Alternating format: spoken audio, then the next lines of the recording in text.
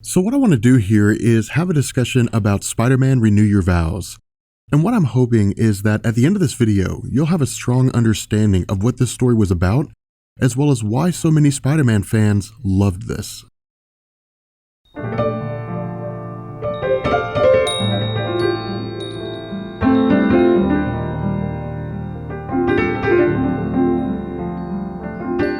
So at this point, it seems pretty common knowledge that Renew Your Vows comes out of One More Day, a story I had covered in a previous video which saw Editor-in-Chief Joe Quesada spearheading the retcon of Spider-Man revealing his identity during Civil War, as well as his marriage to Mary Jane Watson in order to restore his character to the status quo. What's interesting about this though is that according to Sal at Comic Pop, following the conclusion of One More Day and J. Michael Straczynski's departure from Marvel, the title was handed over to Dan Slott, Mark Guggenheim, Bob Gale, and Zeb Wells, and in a June interview with Comic Book Resources, Dan Slott had stated that when they were given the Spider-Man title, they had free reign to write any story they wanted, but editorial mandate had it that they could not touch the events of One More Day. Whether this was due to the negative fallout from One More Day or because Joe Quesada wanted to keep Spider-Man unmarried is unknown. But with Axel Alonso replacing Quesada as editor-in-chief in 2011 going into Secret Wars and the reboot of Marvel's continuity, because the tie-ins that take place during the event of Secret Wars may or may not carry over to all new, all different Marvel, the option was now on the table to write a story of what life would look like had Peter Parker maintained his marriage to Mary Jane Watson. Following the trend of Secret Wars tie-ins, the story found itself taking place in one of many realities that exist as part of Battleworld, with a villain named Regent operating as the Baron of this territory under the authority of Doom. While Dan Slott had been tight-lipped during various interviews regarding the history of Augustus Roman and instead directed readers to the story once it was released, for many, the idea existed that this character was a throwback to the original Regent, a villain that only appeared in 4 issues of the Blaze comics who possessed magical abilities similar to Doctor Strange, but on a much smaller scale.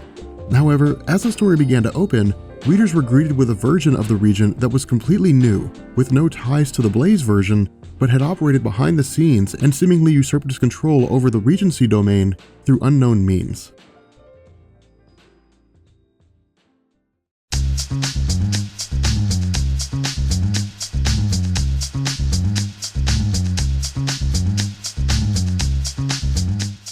So as we get into Renew Your Vows, what we find here is that Dan Slott uses this first issue as more of a prelude by setting the stage for the main story itself. During One More Day, one of the sacrifices made by Peter Parker and Mary Jane Watson in addition to their marriage was a future child. Drawing on this element, Dan Slott incorporates the daughter of Peter Parker and Mary Jane into this story. In addition to this, there are a couple of events taking place here that are of very particular importance. The first is that for Peter, while he and Mary Jane struggle financially, the life they live here is something of a dream.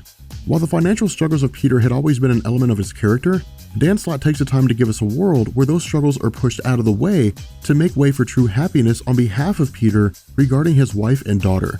However, Dan Slott also provides a backdrop of sinister activities within New York itself.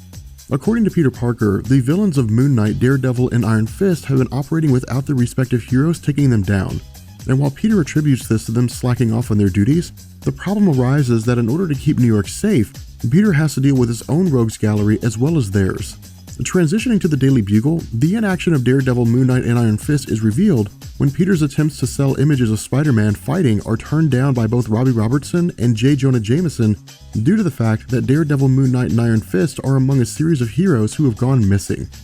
As we're told, the mayor of New York is attempting to avoid mass panic by revealing this information, but according to reporter Ben Urich, those individuals who have powers are simply missing, while those heroes without powers have all been found dead.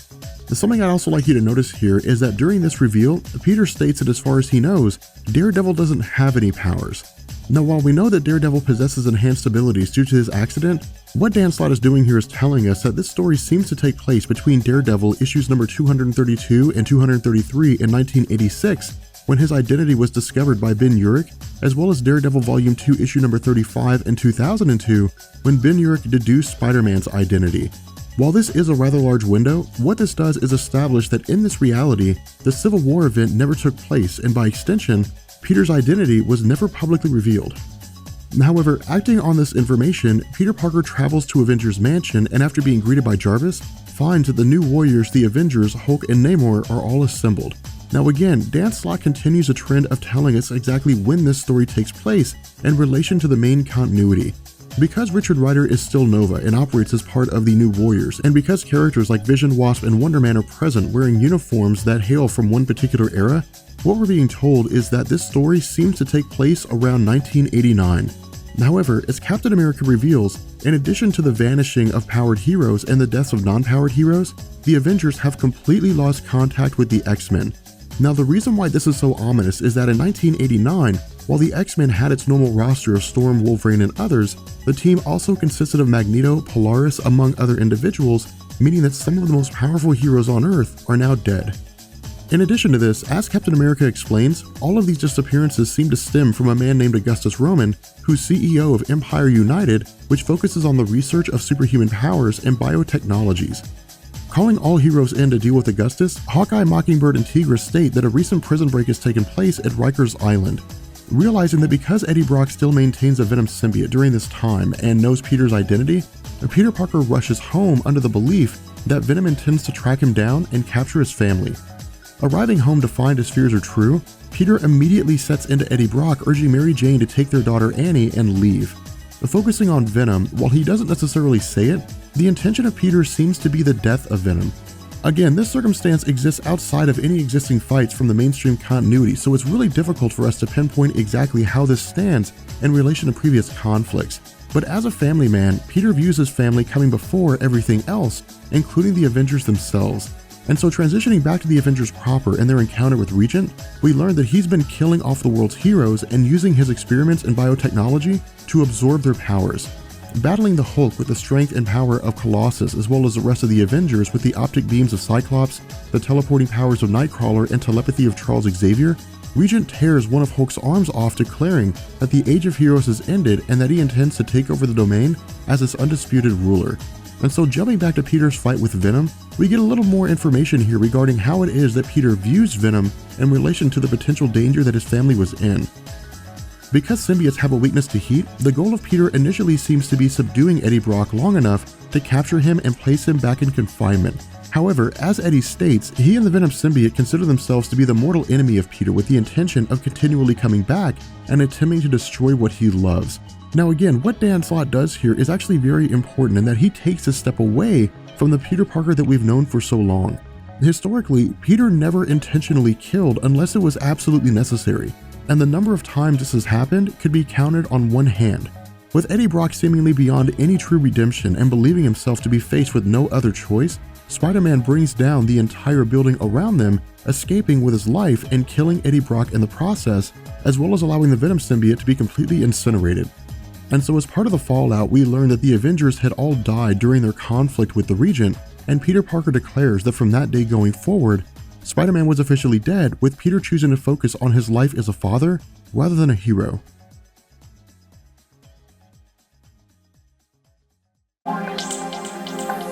You're tuned into Perfecto Radio, New York City, Miami, Los Angeles.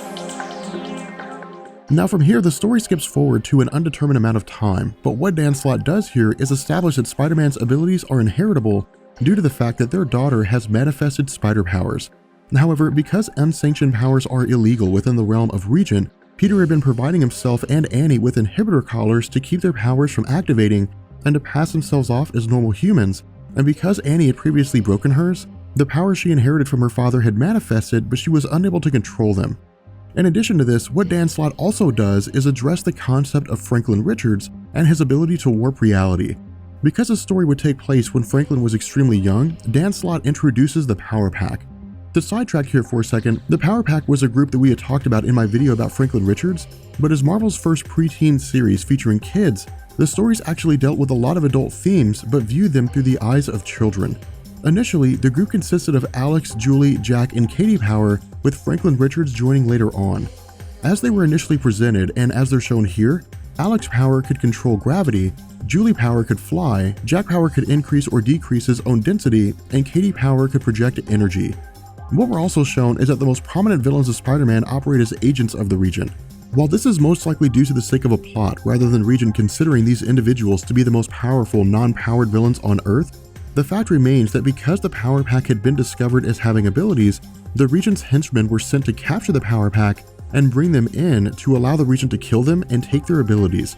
However, with the news learning of the incident and with word spreading, Peter Parker arrives due to his belief that Annie had been discovered. After fighting off Rhino and urging Power Pack to leave, the group vacates and Mary Jane takes Annie away. Reporting back to the Regent on the situation and the return of Spider-Man, Regent dismisses Rhino and his group in favor of his elite guard, the Sinister Six, which is composed of Spider-Man's top villains, Mysterio, Hobgoblin, Vulture, Dr. Octopus, and Kraven. Now again, sidestepping here for a second, we also learn that while Regent rules this domain, his efforts to maintain control are constantly opposed by a resistance movement. At this point in the story, we don't really know the full cast, but much like Age of Apocalypse and House of M, the concept of good guys and bad guys as are traditionally known is slightly muddled in that among the Resistance fighters is Flint Marko, also known as Sandman, who operated as one of Spider-Man's more formidable enemies.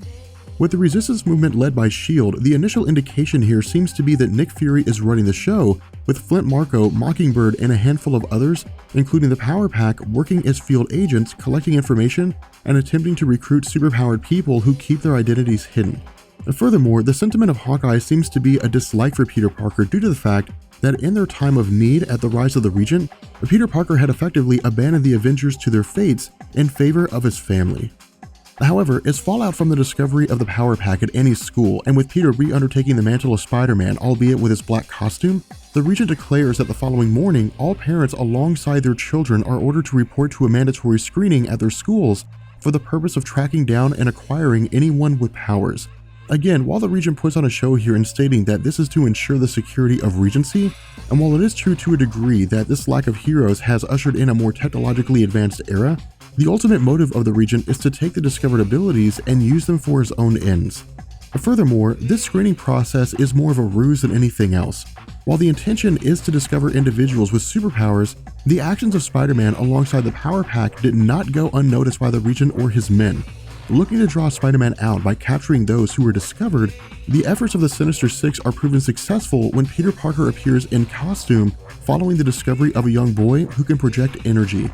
Having previously sent Mary Jane and Annie to a safer location, Mysterio takes over one of the monitoring systems to search for a family that is missing one of their number.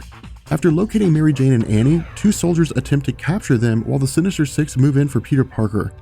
Doing what he can to free himself and save his family, Peter's able to overpower the Sinister Six, but is met with the arrival of Flint Marko. Now again, Flint is one of the good guys here in that he's working alongside S.H.I.E.L.D. and the Resistance, but for Peter, he doesn't know this. The only recollections Peter has is of Flint Marko being a villain, and because the Sinister Six are largely composed of his various enemies, to Peter, the idea here is that Sandman is attempting a ruse in order to get Peter to lower his guard, making his capture easier. However, while Sandman tries to talk him down, the Regent arrives with the intention of capturing them both. Deploying telekinesis as well as the ability to manipulate the weather, the Regent is easily able to overpower both Spider-Man and Flint, allowing for an easy capture and return to his base of operations. Transitioning back to the Resistance, we learn that it's not actually being led by Nick Fury and instead is being led by Hawkeye. What we learn here is that the Resistance movement has been monitoring Spider-Man since his return, and where Hawkeye harbors a disdain for Peter due to his actions regarding the Avengers and the rise of the Regent, he also recognizes that Spider-Man's strength as well as his intelligence would be a very valuable asset to S.H.I.E.L.D. Furthermore, Jonathan Owen, also known as The Spot, was previously one of Spider-Man's enemies, but when the Regent took over, he shifted sides due to the fact that he had the power to create portals. However, because the portals he creates eat away at the structure of his body, each time a portal is opened, a section of Jonathan vanishes. As a result, the goal of Hawkeye was to bring in Spider-Man, Mary Jane, and Annie all at once, but because Peter has been captured, the goal has been modified to become a rescue mission for Peter Parker. Picking back up with the Regent, we join Spider-Man and Sandman as they're being led to holding cells. At this point, Dan Slott provides some explanation here regarding the Regent and his various abilities. While the heroes that he's captured are all dead, their powers operate as an energy source for the Regent. Much like a battery, their powers are harnessed and fed into a suit which in turn is used to his own ends.